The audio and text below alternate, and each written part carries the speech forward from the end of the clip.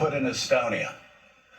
Well, to your last point, I compliment the fact that the administration acknowledged we need more troops in Germany and Poland over the course of the last 72 hours. It's happened twice, and the administration is making the right choice. Again, I want the American people to understand, because there's a bunch of clickbait isolationists out there who pretend we're talking about putting ground troops in Ukraine. Nobody is talking about that. We're talking about putting troops in our NATO allies to make sure Putin doesn't cross those borders and to make sure he doesn't see NATO and U.S. will as a paper tiger. So we need more troops in Western and in Eastern Europe getting to the edges of NATO border territory.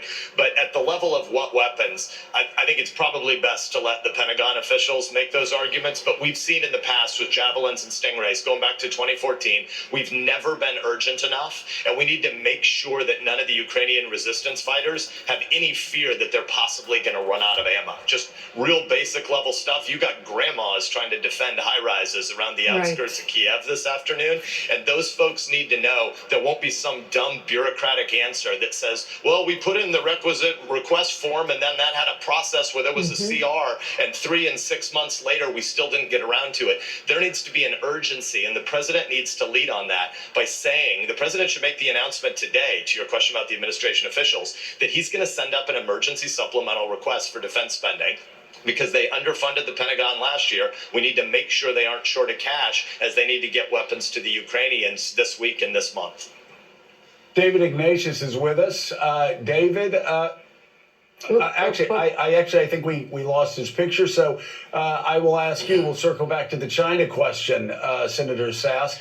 The Chinese will not call this invasion, despite the fact they understand economically their economy slowed down. Their zero COVID policy has been an absolute disaster. Omicron sweeping across Hong Kong and will soon sweep across the entire country. They are not in a strong position, and yet they seem to be siding with a country that has a GDP that's smaller than Texas instead of the United States and the EU, whose GDP is well over $40 trillion. What do we do?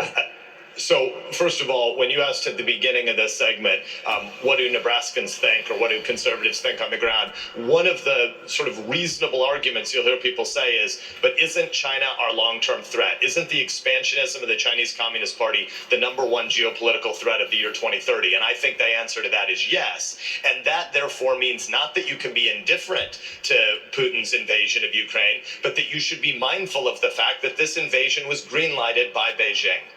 Russia has 11 time zones, and they were able to move their troops from the Far East back to Belarus to be able to invade not just from their Russian actual territory in the east and the Crimean Seas territory in the southeast, but they invaded from Belarus as well, and they're encircling Kiev as we speak. That was able to happen because they moved the troops back because Xi said, hey, I'd love it if you could help destabilize Europe and the U.S. And by the way, I'd love you to be the scout team offense on what a cyber hybrid war looks like. So we, China, know what it might look like if we try to seize Taiwan. Xi greenlit this thing, and the American people and our European allies need to understand that. It's really difficult to think of anything silver lining-ish out of something like this when you got moms and dads, the 8 males 18 to 60 are all being called up to service, and they're trying to load a lot of their wives and kids into cars, heading as an immigrant bandwagon heading toward the Polish border in the West. And in the midst of that sadness, it's hard to find any silver lining. But one of the small ones is you have a bunch of European capitals where in 2010, when NATO last wrote its strategic plan, they agreed to leave the word China out of it because there were so many people wanting to make money in Beijing. I don't think the next strategic plan, it was delayed because of COVID. NATO's strategic plan will probably be written this summer or next fall. They're not going to leave the word China out of it anymore because they understand that Chairman Xi is interested in Russia destabilizing the West. All right, Nebraska Senator Ben Sasse, thank you very much for coming on the show this morning. A lot of great points made. Really appreciate it. And this news just into NBC. A senior administration official confirms to NBC News that President Biden will announce his nominee to the Supreme Court at the White House this afternoon. A busy news day just got even busier.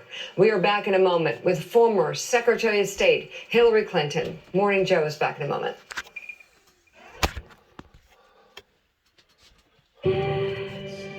All right, let's go forward here And let's see if we can get to something else real quick.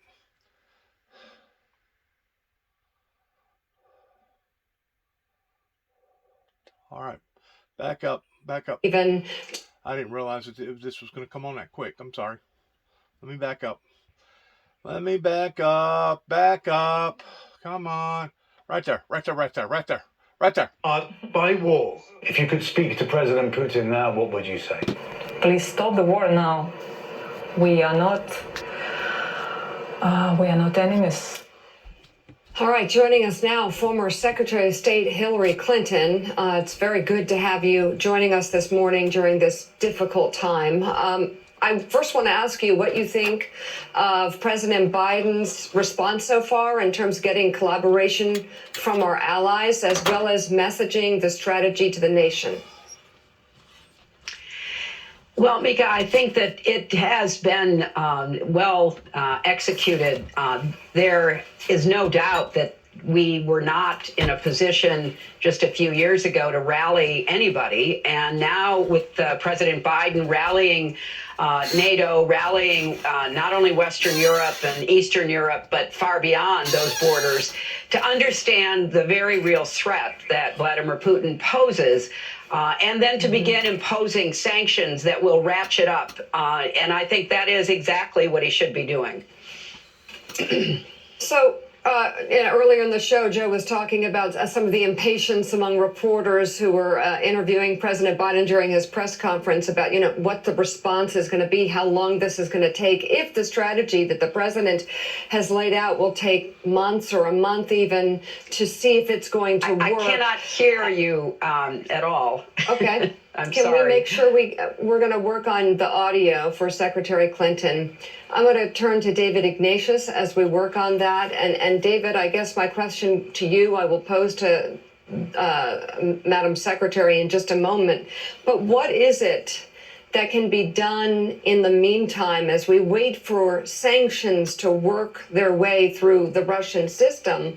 Is it perhaps aiding an insurgency? I'm thinking about the Ukrainians right now who are crying out for help. And I wonder if they know the world has its back. So the situation, Mika, in Kiev appears to be dire with the missile attacks and troops moving toward the city center. The Washington Post and New York Times are both reporting at this hour a threat to Kiev. And so, in part, this is going to be a story of underground resistance. People will have to move into the shadows to fight the Russians as best they can. I was struck in your opening by the comment from the Ukrainian man coming across the Polish border into Ukraine at a time when there's so much danger. And he said, "This is my country." And that's precisely the thing that Vladimir Putin has been trying to deny. He claims Ukraine isn't a real country. And here was this man ready to risk his life to go into the war zone because he says it's my country. So as long as there are people like that man, and there must be thousands of them, this is going to go on. But it'll go on in the shadows because the Russian forces are overwhelming. They're moving into these key areas to take control. We have Secretary Clinton back with us. We've got the audio fixed. So, Madam Secretary, I'll ask you again, is supporting an insurgency inside Ukraine an important component of the strategy? And if so, how, without getting drawn in too far? Well, Mika, I do think it's important to support both the Ukrainian military and then, depending upon what happens and how quickly events unfold, supporting those who are putting up resistance. But I want to make another point, which is that we have to also make sure that within our own country, we are calling out those people who are giving aid and comfort to Vladimir Putin, who are talking about what a genius he is, what a smart move it is, who are unfortunately being broadcast by Russian media, not only inside Russia, but in Europe, to demonstrate the division within our own country. I just published an article about the national security emergency for democracy, and it starts here at home, where we have to be much more united in the face of what is a very real threat from Vladimir Putin and his imperialistic ambitions. You know, Madam Secretary, I'm so glad you brought up you as we former Republicans used to call people that were sympathetic to the old Soviet Union, these useful idiots on the Trump right that we now have. And the former Republican in me remembered the stories of the dissidents who would say they remembered hearing of what Ronald Reagan would say during the Cold War. And it would spread around the jail cells. It would spread around the gulags. And this morning, as I was thinking about that, I was so saddened because they're replaying this propaganda from Trumpists in Moscow. And that has to be getting to the Ukrainian people. How distressing, Madam Secretary, how distressing.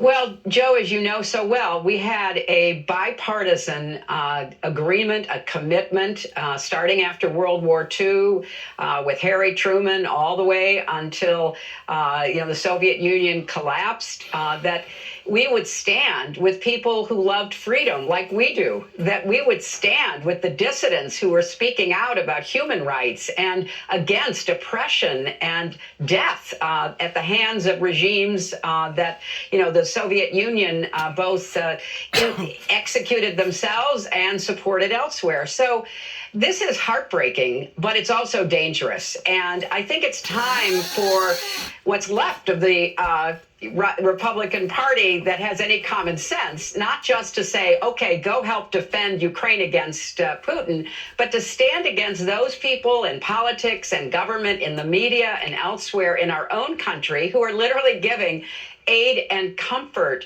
to an enemy of freedom and democracy.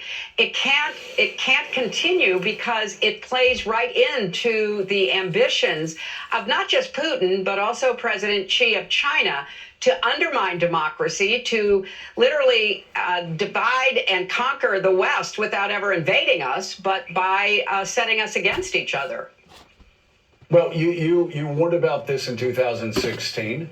And here we are 6 years later. Russian disinformation has actually made it into mainstream media in America. It is now being replayed on Russian state television. And there are also quite a few opinion makers who clearly are parroting Russian disinformation every day, whether it's on cable news or members of Congress, or their newsletters, or whether it's members of Congress. How has this happened? Right. Well, I think it's happened because starting with the ascent of Trump, there has been, sadly, a total loss of spine and conscience among too many Republicans who at first saw no harm in echoing and parroting the kind of crazy stuff that Trump would say, totally against history, against common sense, as you know so well. And now they're kind of caught in a bit of a downward spiral where they're afraid to stand against even the most outrageous comments. There's also another element, which is these people are naive in such a dangerous way. They somehow believe that because Putin presents himself as a strong leader on behalf of certain values that are, anti-gay, that are anti, freedom and democracy, that's so messy, that somehow, that corresponds with the views of certain members and elements of the Republican Party. They could not be more mistaken.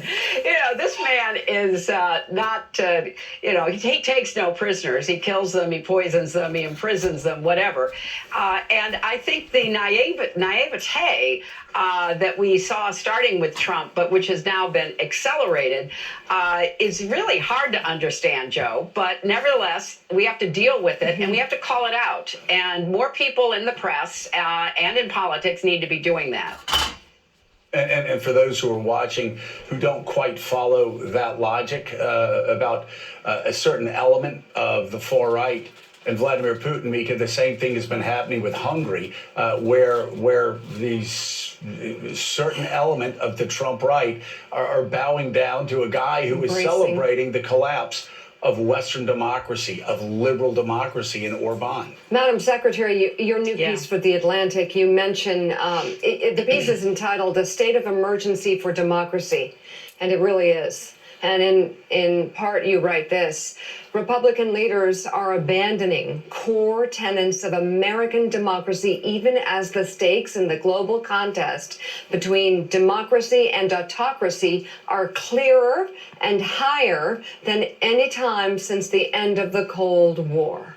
Over the years, Republicans have often invoked Ronald Reagan's Cold War dictum, weakness only invites aggression, usually to argue for less diplomacy, bigger defense budgets, and more military intervention. Yet they seem blind to how their attacks on American democracy make our country look to our adversaries. Whether Putin continues testing NATO's resolve and whether the trajectory of our competition with China veers toward conflict will in part be driven by Russian and Chinese perceptions of America's decline or resilience. When our democracy looks weak, our country looks weak. And as Reagan said, that only invites aggression. And I do wonder, Madam Secretary, if all the chaos of the last 5 years hasn't just encouraged Vladimir Putin and other enemies to move forward.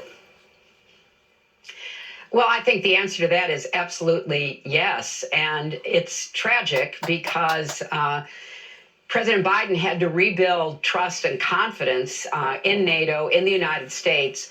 None of this that he has now engineered to respond would have been possible in the prior administration. In fact, I'm not even sure that the prior administration would have cared enough to ask. And so this is a rebuilding of our credibility, of our leverage. And I want to just make two quick points. One is you've had excellent conversations with your prior guests about what should be done. And I strongly believe in supporting with military weapons if necessary, and they are, both the Ukrainian army and any kind of resistance. But I also support putting in more troops. And it was very touching what you talked about with your brother, Mika, because, you know, when push comes to shove, people are in NATO because they need collective defense against a resurgent Russian imperialism.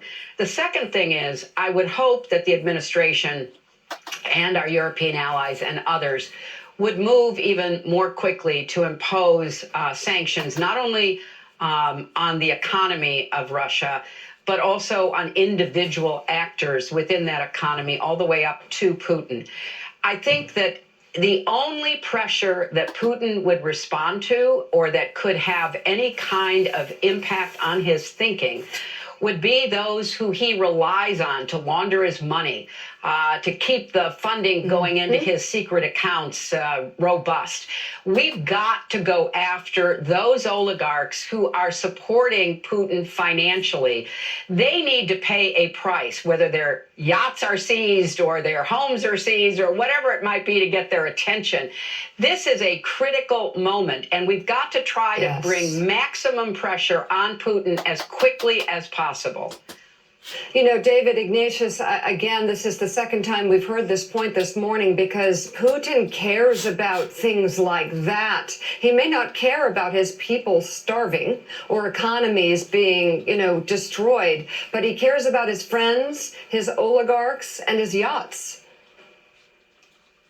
He cares about all those things, Mika, and he cares most of all about what the Russian people in the end think. I want to ask Secretary Clinton, Madam Secretary, back in 2011, 2012, Putin attacked you, claiming that you were supporting opposition to him. Putting aside what happened a decade ago, I want to ask you a basic question now.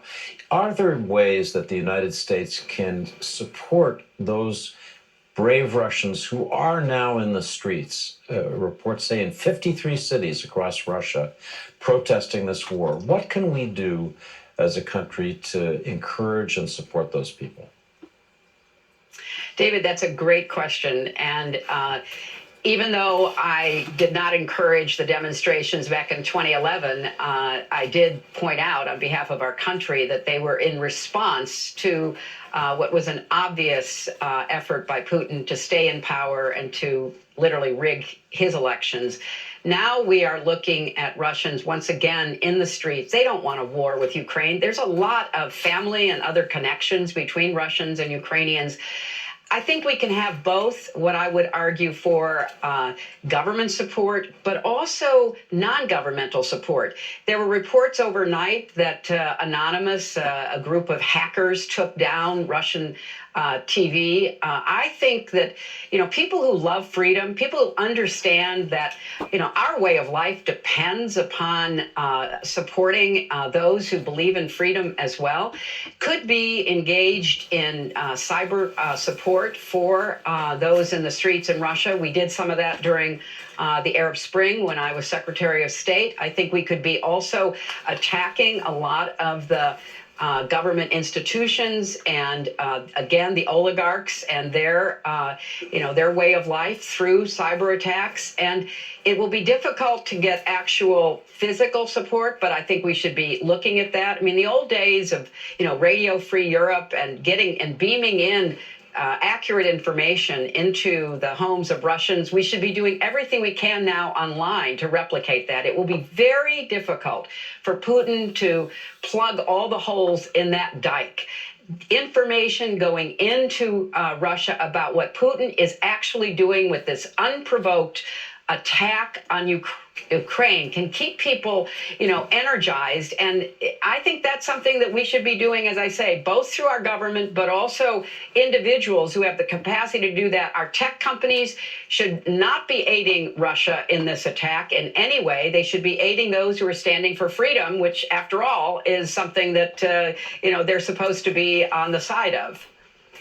Yeah, Senator, Secretary Clinton, I want to talk about, you had just made reference to Senator Ben Sasse and were associating yourself with some of the comments of the Republican senator from Nebraska. It reminds me, and I want you to tell Americans who may be discouraged right now that Republicans and Democrats can actually work together. It's happened. I remember talking to Trent Lott soon after you came to the United States Senate, and I asked the senator, I said, how's Senator Clinton doing? It was a bit of a mystery. Were you going to run around and be a showboat? Everybody thought you were going to act like you owned the place.